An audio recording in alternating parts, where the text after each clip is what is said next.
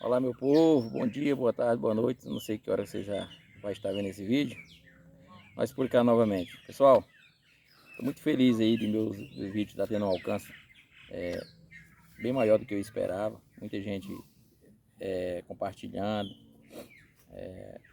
E eu resolvi contar mais uma das histórias da- dos meus casos de vida, né? E referente à onça ainda. Eu tive 3 experiências, eu vou contar as 3 para vocês. Vou fazer 3 vídeos diferentes. Ontem eu contei uma história que aconteceu no Piauí. Hoje eu vou contar uma história que aconteceu no Mato Grosso. No ano de 2010 a gente morava no Piauí e aí por dificuldade de arrumar trabalho, não tinha muito serviço lá na época, estava difícil. E aí eu conversei com um primo meu e resolvemos viajar para o Mato Grosso para procurar trabalho para lá, né? Como muita gente faz, né? Igual encontrei muitos amigos do Maranhão, do Piauí e de outros estados lá.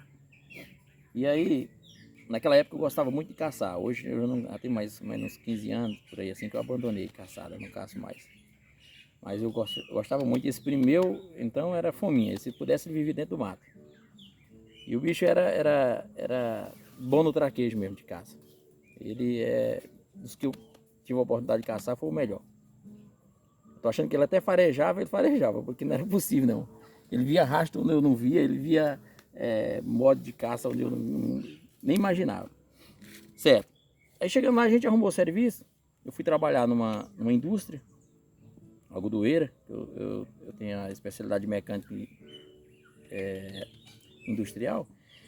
E ele, por ter um traquejo muito bom com gado, com animal, nunca tinha trabalhado fechado nessa área, mas arrumou um serviço. Ele conseguiu trabalho na fazenda que lá eles plantavam milho, soja e tinha um confinamento muito bom, muito grande também lá. Eles criavam muito boi. Inclusive, acho que dessa fazenda dele saía boi até para exportação. E já depois de algum tempo, a gente já estava bem encaixado, eu no meu trabalho, ele no dele lá. Ele virou meio que um subgerente da fazenda, né?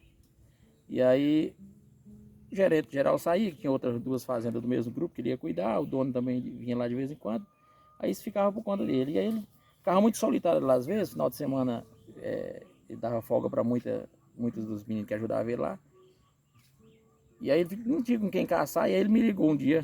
Disse: "Ô primo, você podia dar um pulo aqui, moço, para nós ir numa espera." Eu botei uma ceva ali e lá tá bom demais, tá indo todo tipo de bicho lá. Eu já vi rastro de vários tipos de caça lá. Eu falei: "Ó, então vamos lá então, hein? Vou marcar um dia aqui, vou tirar uma folga aqui e vou descer pra ir pra gente dar essa caçada." Rapaz, e aí eu fui um final de semana, de uma sexta-feira à noite, que era pra gente ir esperar já tava, a ceva já tava pronta, né? E aí a gente desceu no trator da fazenda, fomos uns 3 quilômetros da sede da fazenda. E aí no caminho ele ia me contando: "Rapaz, essa semana não rachou uma carcaça da bezerra aí. A onça pegou a bezerra, comeu praticamente inteira." A gente tá achando até que não era só uma onça, porque se fosse só uma, ela poderia até ser que ela comesse assim, mas demoraria. E ela estava meio fresca ainda e já estava praticamente toda destruída, toda devorada, aliás. Beleza. E aí eu ouvindo aquelas conversas e fomos, né? Eu sabia que lá tinha onça, que o Mato Grosso é um lugar, né, riquíssimo, né, em fauna, em flora. E aí a gente deixou o trator na beira da cerca, assim, e adentramos a mata fechada, em direção ao rio. Lá passava um rio, não me recordo o nome do rio hoje. Sei que ele deságua no rio Juruena. Aí a gente andou assim uns 70, 80 metros da cerca lá, não era tão longe. Aí ele falou: "Ó, eu coloquei a serva ali e tal." Cheguei lá, tinha duas árvores, ele já colocou a serva no lugar estratégico, tinha 2 árvores altas. E aí a gente chegou lá, era por volta de umas 5h40, 6 horas da tarde, tava quase truvando já, quase escurecendo.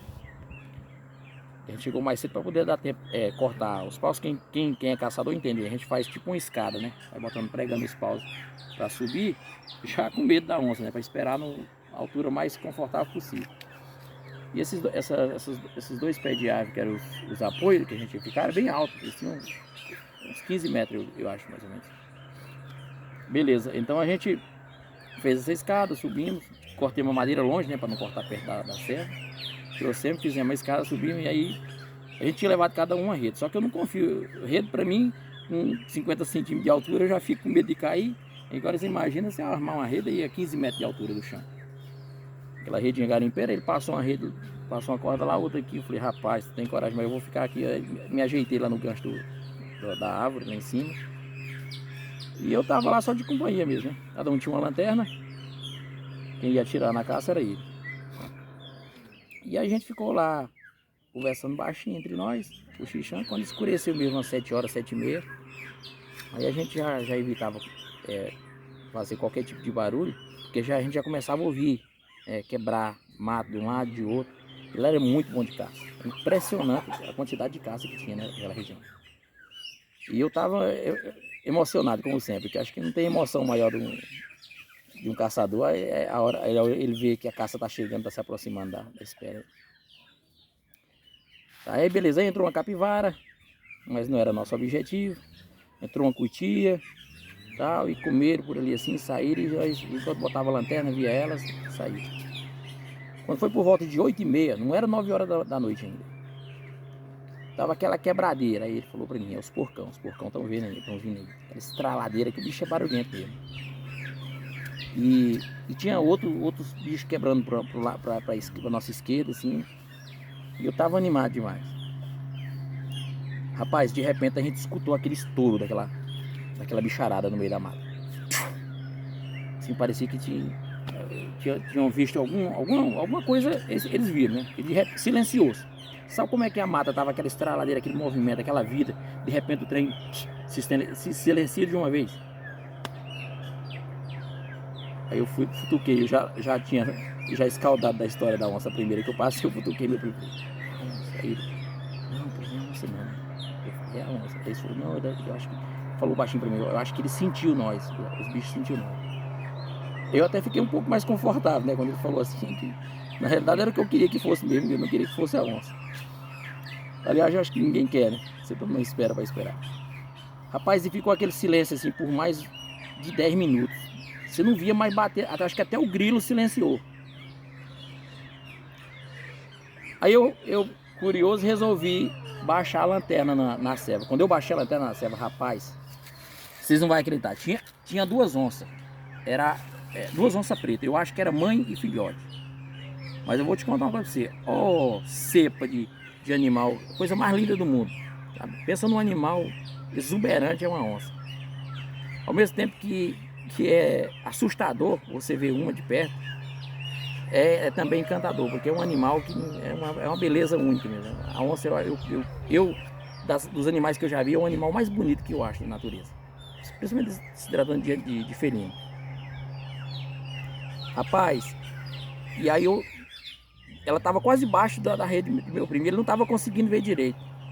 E ele fazer um movimento para virar, para olhar para ela, para ver a onça, que eu já tinha dado toque para ele, o nó da rede que ele tinha feito correu. Na verdade ele não soltou, desculpa, ele só correu. E no susto do nó ter corrido, esse primo meu se jogou dentro dessa rede, em cima dessa escada de pau que nós tínhamos feito para subir, e arrancou uns 2 ou 3 pau desse, e ele desceu um abaixo. Eu falei, pronto, morreu. E a espingarda caiu da mão dele no chão. Rapaz, mas eu vou contar uma pra vocês. Ô caba ligeiro, se rápido foi a queda dele nesses pau, mais ligeiro foi a escalada dele nesse outro pau que fazia a ligação entre o que eu tava e o outro. Eu não sei como é que ele subiu na velocidade daquela não. Ele tem um problema na perna, mas nessa hora esse problema desapareceu. E aí nós ficou lá em cima. A lanterna dele caiu, a espingarda. Aí a gente alumiava em volta, mas quem é que tinha coragem de descer? E ó, a gente não viu o barulho dela correndo, dela tendo saltado, não.